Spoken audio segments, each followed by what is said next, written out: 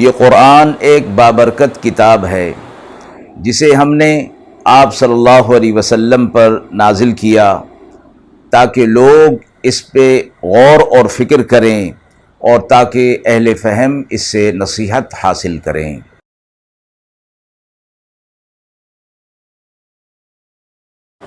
بسم اللہ الرحمن الرحیم۔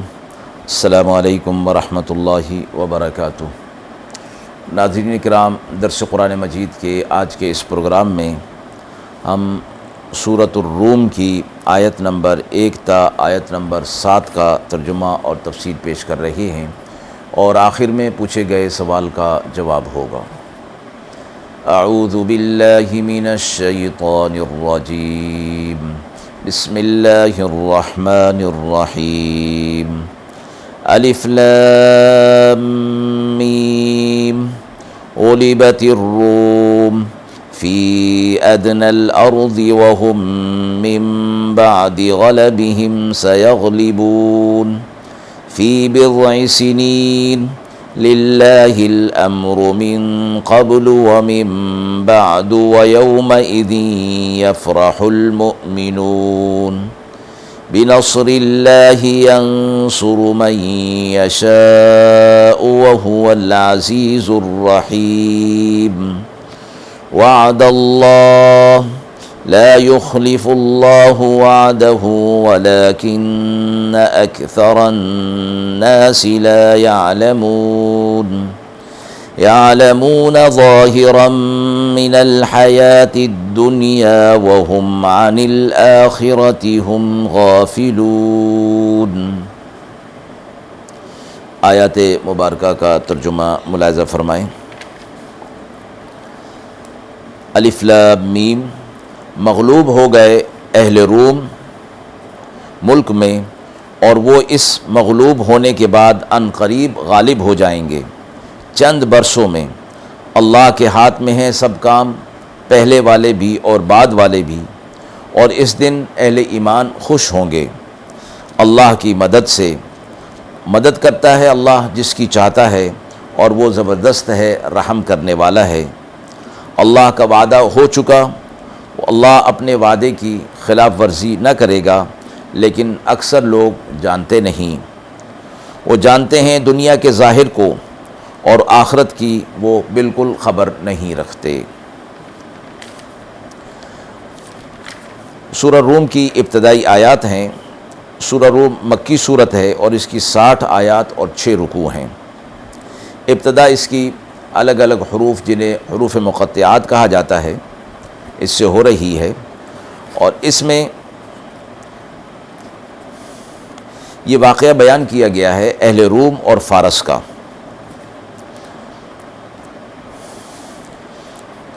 جس واقعے کی ابتدا ہو رہی ہے، اللہ تبارک و تعالی نے اس میں اپنی نصرت کا ایک اظہار فرمایا ہے۔ واقعہ روم اور فارس کی جنگ کا اس میں تذکرہ ہے کہ یہ دونوں کفار ہی تھے۔ ان میں سے کسی کی فتح اور شکست سے بظاہر مسلمانوں کو کوئی دلچسپی اور تعلق نہ تھا، مگر دونوں کفار میں اہل فارس مشرکین اور آتش پرست تھے، اور روم نصارہ اہل کتاب تھے، اور اس لحاظ سے اہل کتاب مسلمانوں کے نسبتاً قریب تھے۔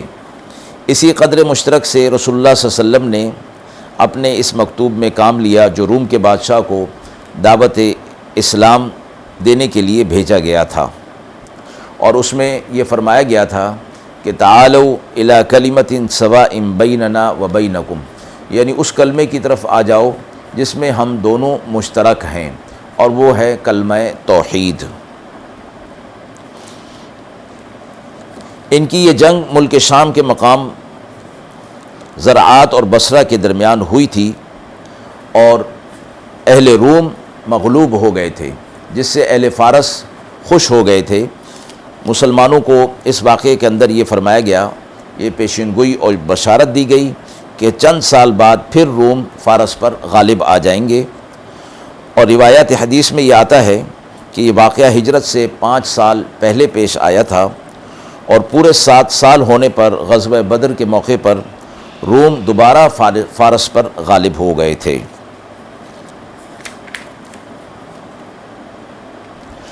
اس کے بعد فرمایا کہ پھر اہل ایمان کو یہ خوشی حاصل ہو جائے گی کہ وہ اہل کتاب اللہ تبارک و تعالیٰ کی مدد اور نصرت ان کے ساتھ ہوئی اور وہ دوبارہ غالب آ جائیں گے۔ آخری آیت میں فرمایا گیا کہ یہ جو کافر ہیں یہ دنیاوی معاملات کو اچھی طرح جانتے ہیں کہ تجارت کس طرح کرنی ہے، کہاں سے خریدنا ہے، کہاں سے کھیتی کرنی ہے، کس انداز میں کرنا ہے، یہ ساری چیزوں کو اچھی طرح جانتے ہیں، جبکہ دنیا کا قیام چند روزہ ہے اور یہاں کا قیام مسافرانہ قیام ہے، جبکہ آخرت ہمیشہ کے لیے ہے اور دراصل انسان آخرت کا باشندہ ہے، دنیا کے اندر تو وہ مسافر ہے، یہاں کچھ وقت کے لیے آیا ہے۔ اس لیے فرمایا کہ یہ لوگ اس آخرت کی طرف سے کہ جو اصلی زندگی ہے اس کی طرف سے غافل ہیں، لیکن مسافرانہ جو زندگی ہے اس کے معاملات کو اچھی طرح جانتے ہیں۔ تو فرمایا گیا کہ یہ غافل لوگ ہیں کہ حقیقت کو نہیں جانتے اور جو مجاز چیز ہے اس کے پیچھے لگے ہوئے ہیں۔ آیت کے حوالے سے یہ سوال پوچھا گیا ہے کہ قرآن مجید کے مطابق عقل والے کون لوگ ہیں؟ آج کے دور کے اندر عقل اور حکمت کا سارا دار و مدار اسی پر سمجھا جاتا ہے کہ جو شخص سب سے زیادہ دنیا کو حاصل کر لے، دنیا کا مال و متاع یہ سب حاصل کر لے اور اپنے عیش اور آرام کا سامان جمع کر لے، وہ شخص سب سے بڑا عقل مند سمجھا جاتا ہے، اگرچہ اخلاق اور انسانیت سے کتنا ہی وہ گرا ہوا کیوں نہ ہو۔ شریعت کی روح سے اس کو عقل مند کہنا عقل کی توہین ہے۔ قرآن کریم نے عقل والے صرف وہ لوگ ہیں، فرمایا گیا کہ وہ لوگ ہیں جو اللہ کو اور آخرت کو اور جو آخرت کی حقیقی زندگی ہے اس کو پہچانیں اور اس کے لیے اپنی تیاری کریں اور عمل کریں، دنیا کی ضروریات کو بقدر ضرورت رکھیں، اس کو مقصد نہ بنائیں اور آخرت کو اپنا مقصد بنائیں، اس کو ضروریات میں نہ رکھیں۔ تو ایسے لوگ قرآن کی نظر میں اہل عقل ہیں۔ وآخر دعوانا ان الحمد للہ رب العالمین۔